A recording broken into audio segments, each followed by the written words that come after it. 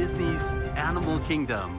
We're here on safari today to check out all the holiday activity and nighttime excitement here at Disney's Animal Kingdom. And what a better place to start than probably the one original Christmas decoration that has stayed with the park since its first Christmas. It's a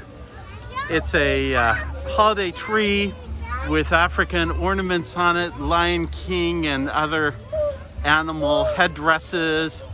It's kind of an eclectic tree because I always thought they kind of borrowed a variety of weird type, looked like they were taking elements from other props that they had always had in their prop house.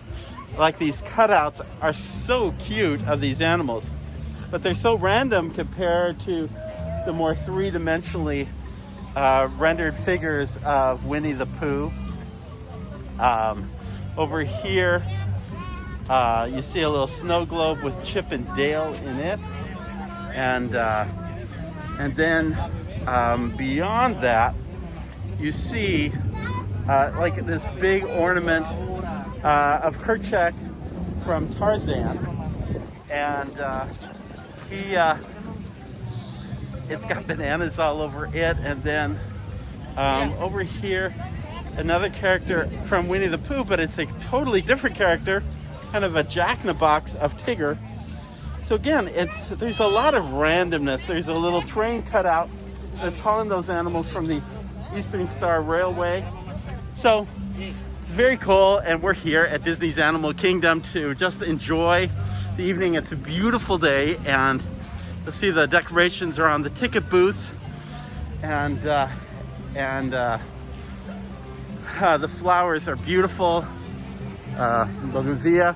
There's a little cutout for Disney's Animal Kingdom for photos, and that could be taken. And then here's a beautiful Christmas wreath on the side. Again, just distinctly Disney's Animal Kingdom. It's unique in and of itself. And then as we come to the entrance, you see the beautiful decorations that line up in bows along the front of the ticket area. So on that note, it's time to head on into Disney's Animal Kingdom. Today's featured animal seems to be the anteater. You see him kind of pacing along across the trail there. And always, if you just stop to look for a moment, you can find something in the oasis area of the park when you enter. We're not very far away from dusk, but you can see here on Discovery Island some of the holiday ornamentations that have been put up. I think you'll see how beautiful these are in the evening. Here's a couple of pair of owls up against the beautiful wreath, and more garland above it. So lots of detail. You look at these, the attention to detail that the team makes to create these Christmas decorations during the holidays. It's pretty impressive, and it's a really nice touch that has been put in over this last year. They premiered last fall, and they're back this year. So that's a pretty exciting thing despite the COVID situation. Many of the holiday offerings here at Starbucks don't come out quite yet, but there is a couple of very cute little items. Look at this Tree of Life cupcake with a beautiful Tree of Life ornament on it, and some autumn confetti candy, and these beautifully sculptured pumpkins. And over here is a pumpkin cheesecake with little Mickey Mouse ears and more of that fall confetti on it. We'll look for more as the days continue. But for right now, that's about it on the holiday offering. There's one other maybe we'll get to. It's a pumpkin cookie with ice cream sandwich kind of possibility. But again, unlike the other parks, this hasn't turned out its Christmas holiday offering yet. Still, it's all decked out for the holidays, and it's looking quite beautiful. A lot of people just checking out. getting something to eat. Even though Mickey and Minnie aren't greeting guests at the Adventurers Outpost, you notice that hasn't stopped them from adding their beautiful strands of Christmas lights, even extending. Look how it goes way toward the back there where guests aren't even really going to see much of it.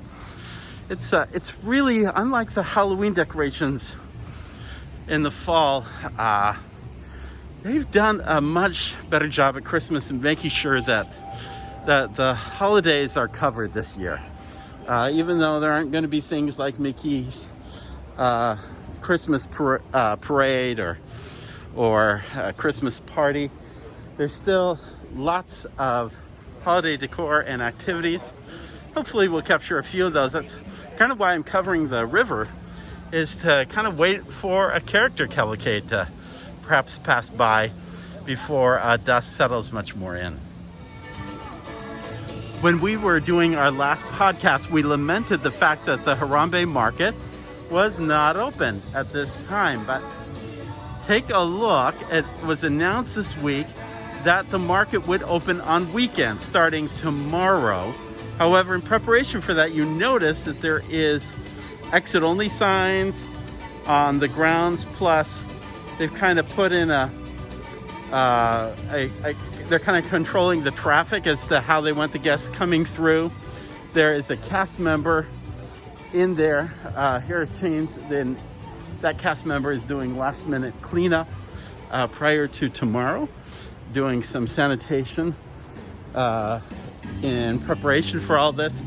And then this will be the entrance into that Harambe Market. So we'll have to come back on a weekend day to check out the food here and see what's going on, but know that, hey, it's finally opening. Now, this is part of Disney's announcement. Bob Chapek, on the call this week for the quarterly earnings call, made note that the Walt Disney World is moving to from a 25% capacity level to a 35% capacity level.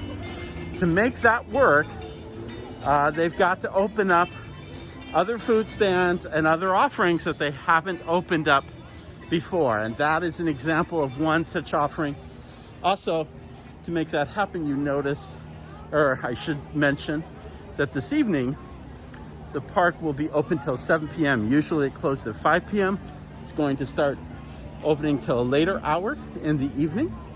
And so that too is a component of what's going on. By the way, these Christmas trees in Africa are truly unique. They're kind of makeshift with different parts kind of all creating the ultimate tree. There's no real tree here.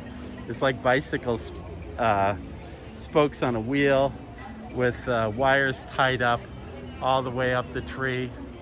And there's a couple of these throughout this section of the park. And then there's some natural homemade ornaments without any lighting on them. You can see those with tin cans that have been perforated, little dolls, little rags, and necklaces tied. Actually, there should be some lights tied to this, but they haven't turned on yet. Inside the candy shop, you can see some holiday offerings that are available in terms of candy apples and cupcakes. And over here, you can see a variety of holiday offerings that are on the shelves. Peppermint covered pretzels, a little countdown to Christmas calendar, and so forth. So a little bit of holiday coming into the shop here.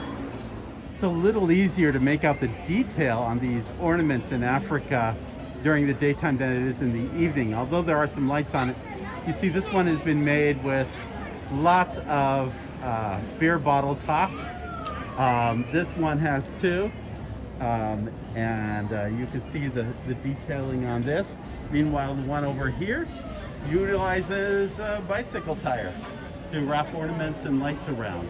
And then in the main area, you see a big strand coming right through the wires with different cloths and lights tied to it. All part of their holiday decorating that they've added. By the way, as I was shooting that, getting ready to shoot, there was sounds coming from the second floor, kind of like you have on Main Street at Magic Kingdom. I've got to investigate that a little further. You'll see also canisters of lights in the tree. And then on the stage, you see this, well, they've taken sticks and whittled the ends and then tied cloth around it and made a star of soda cans. So it's all kind of a nice, clever, very homemade holiday decoration. We are here at the entrance to Festival of the Lion King, the Harambe Theater. Pretty quiet in this corner of the park. Although in our previous podcast, we showed how both the Kilimanjaro safaris and the Flight of Passage queues were all bumping up back here, going all the way back here. But the rest of the time, it's a pretty quiet corner because cast members who are part of the entertainment offering here have been laid off from the company. And that's sad because only a few weeks ago, they were actually practicing to come back in and start the shows up again. But because of decisions, well, we'll put a link.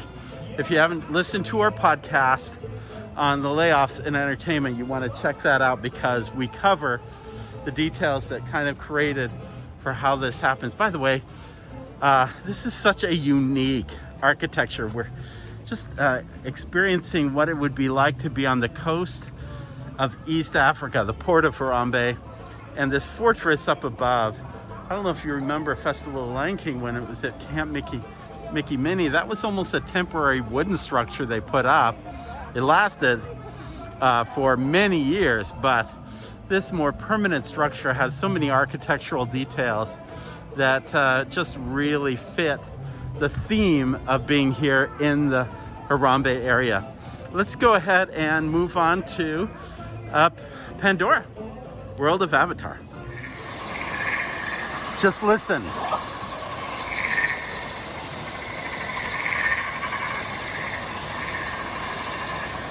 Note how much noisier it is from the wildlife in the distance from where we were in Africa. There's a whole soundtrack going on in this section. We're here in Pandora. It's the last rays of light for the day. Kind of taking a quick look at it. The problem with the park is that it's been closing early. So a lot of days up until a daylight saving time ended, it was difficult to get a chance to see this land at night, which takes on its own bioluminescent glow. But we're going to do it this evening. Take a look, as well as the other holiday decorations that are here in the park during this time of year.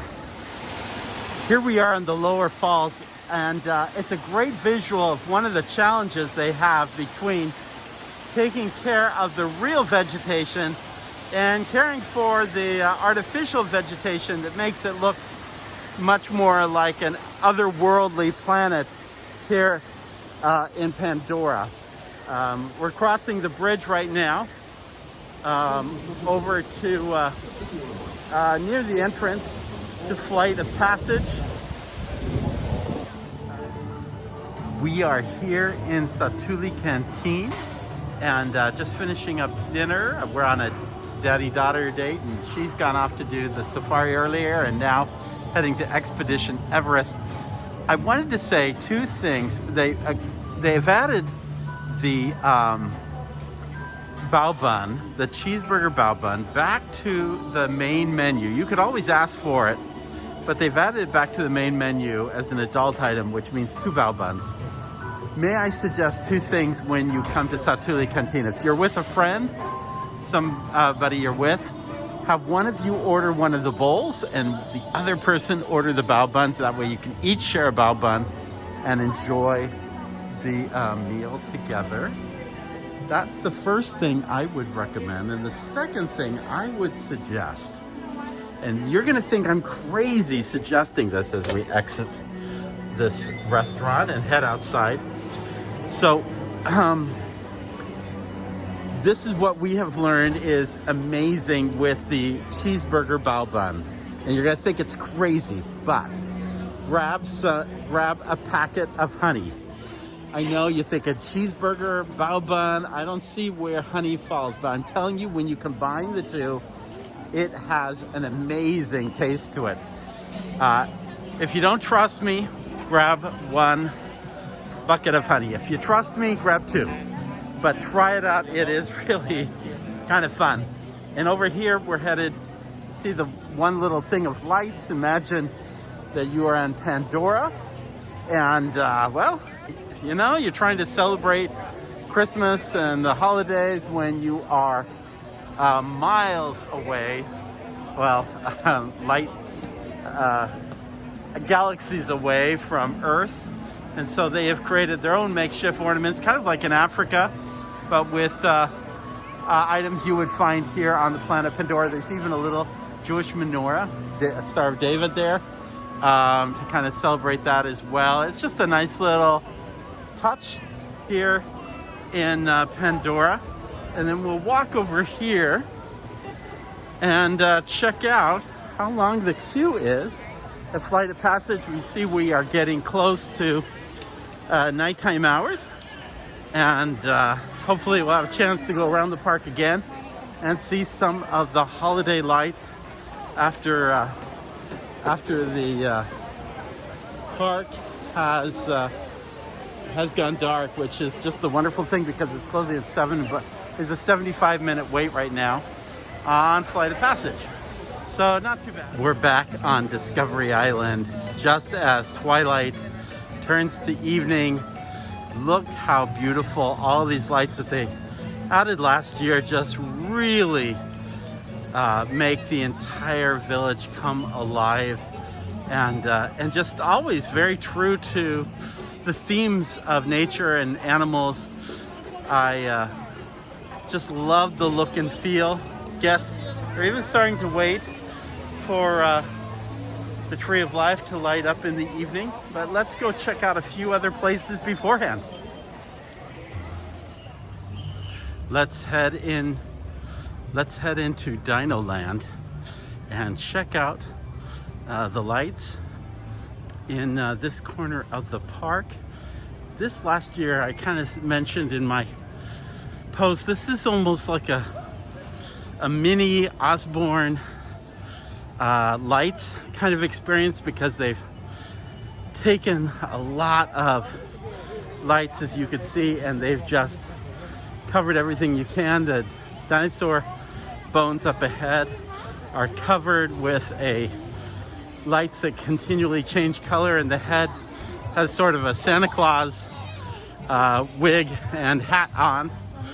So it's just a great, and then you hear a lot of 50s style or even modern Christmas tunes playing as you head into DinoLand. Not sure if they've kept that theme up as you go further into the land, but it does light up the front. The disappointing thing is once you get beyond the entrance, it's hard to see a little bit over there at the boneyard with a little Christmas bow on it. But honestly, most of DinoLand is kind of dark, and last year they took all these Dino Bash locations and they just flooded them with a lot of different lights. You see a little bit on Restaurantosaurus up ahead, but this unfortunately may be the first major casualty that I have seen in holiday decorating this year. Kinda disappointing. This whole pathway back in here was just beautifully lit up. We get a chance, we'll show on our post what the lights looked like last year, so you can kind of have a comparison. Of course, the nice thing about Dinorama is it does light up pretty well at night, but you can see the holiday decorations and lights are very sparse in DinoLand. Just a few touches. It is not what it was last year. There may be a few more things yet to light up, as this tree isn't lit right now. Maybe they haven't finished it. There are, along this pathway, some Dino Christmas lights. Maybe there's more to come. Maybe this is the last section to get decorated, but so far, kind of disappointing here in DinoLand. Here the lights are very lovely, pretty, silhouetted against the lagoon in the Rivers of Light Stadium, and there are guests actually sitting among the bleachers and everything. This is an area where you can actually, and I'll do it myself, take off your mask for a few minutes and give yourself a little bit of a break from having to breathe through a face covering the whole time. But unfortunately, this show has been canceled, not temporarily, but permanently. And so hopefully someday, sometime in the future, we'll see a replacement show come in. This is one of the most colorful holiday displays in all of the Walt Disney World theme parks, much less in Disney's Animal Kingdom. And here's the surprise, it's like this year around. This little corner of Asia in front of the Up Theater is all lit up at night and has these terrific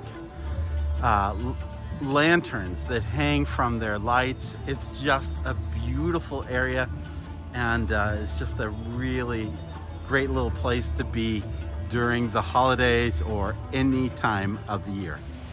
If you want a little bit more space between guests in this socially distanced experience, then check out the Tree of Life on the pathway between Asia and Africa. It is difficult to hear the show, and I'm not sure what it sounds like in the front. We'll check it out a little bit later. But on the back side, you can see all of the animation that comes, and on our show post page, we'll actually show the original ones. Got a couple of them that we can post to give you an idea of what they look like with the full soundtrack. But you get a sense here, and it's a quiet little corner of the park. And just one more look at Africa as evening settles. Again, it's a much more modest approach to the holidays here in this this particular land, but you still get a sense of something special and festive, and something that tells you it's a unique time of year.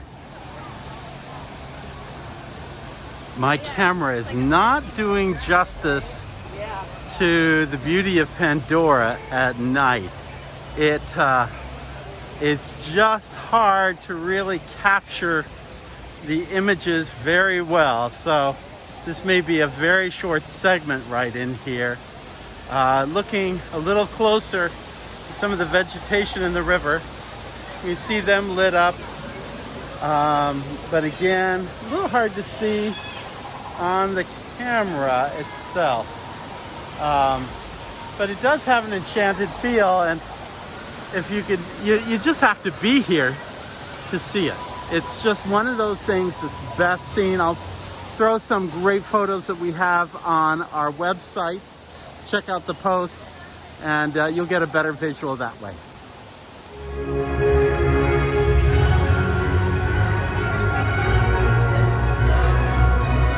Tree of Life Awakening, so popular. It's such a great show to see. I'm not sure that everybody is quite so socially distanced here, but for these people, they're looking for some normalcy in a very difficult time. And this is a magical moment that brings it together for the holidays.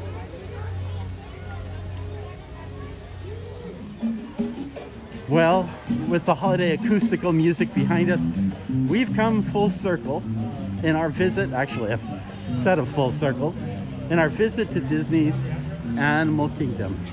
Our guests are exiting for the day, and we come back to where we began earlier, the Christmas tree in the front of the park.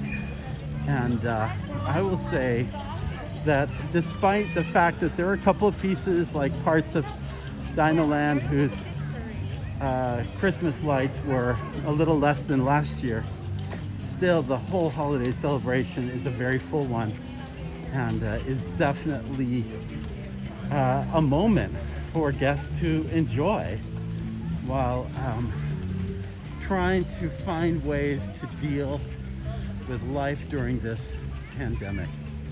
Well, thanks again for joining us for this look at the holidays here at Disney's Animal Kingdom.